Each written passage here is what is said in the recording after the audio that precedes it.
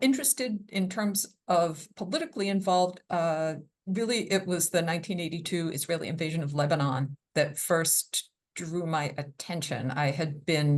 A lot of my political activism had focused on immigrant rights in Central America.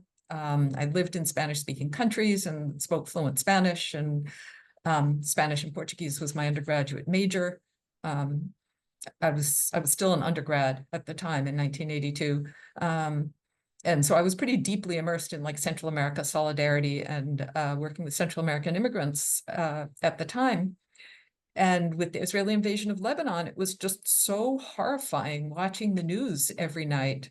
And then as I started to delve into it and learn more about it, so absolutely infuriating to learn about the injustices there and how much I didn't know.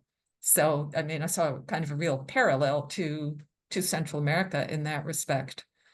So during my time at Berkeley in the 1980s, I was really deeply involved with an organization we formed there called CAFIAT, the Committee for Academic Freedom in the Israeli-Occupied Territories, and involved in a lot of campus and off-campus activism in support of Palestinian rights, and especially in the occupied territories, which were, you know, in the early 1980s, the occupation was still recent enough that it felt like it could be undone.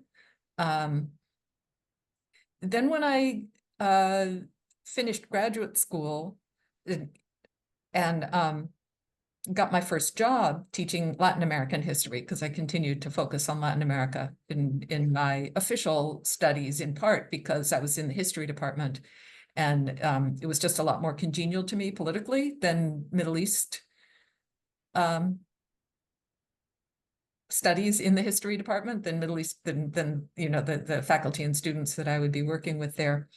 I really thought hard about my activism and what it would mean starting a new job as a brand new coming in professor, and just knowing how volatile the topic of Palestinian rights is. And I decided that at least until I got my feet on the ground, I should probably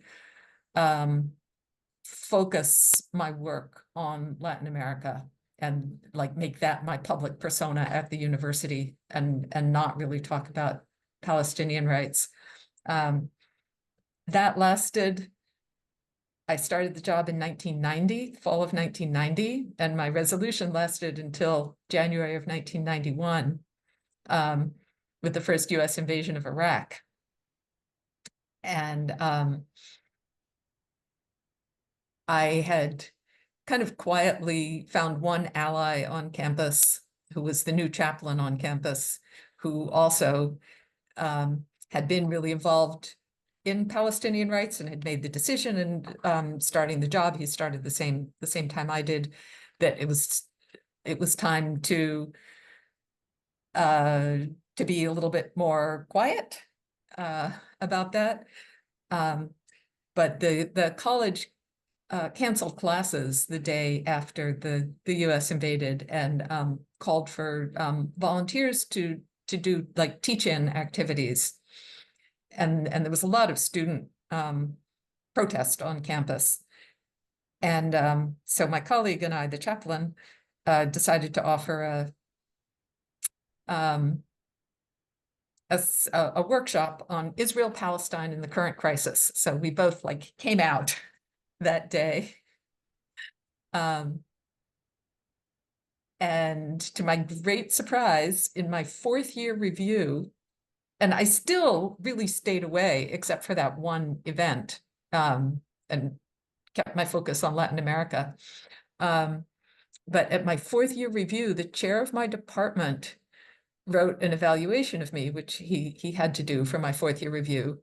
And it was all about that talk, and how as a professor, I had to be really careful of what I said outside the classroom as well as inside the classroom. And he said, I'll never forget this line, that expressing opinions outside of the mainstream can make students feel silenced, even if it's done outside the classroom. So it was like, wow. So he's telling me I don't have freedom of speech in the classroom, and I don't even have freedom of speech outside the classroom.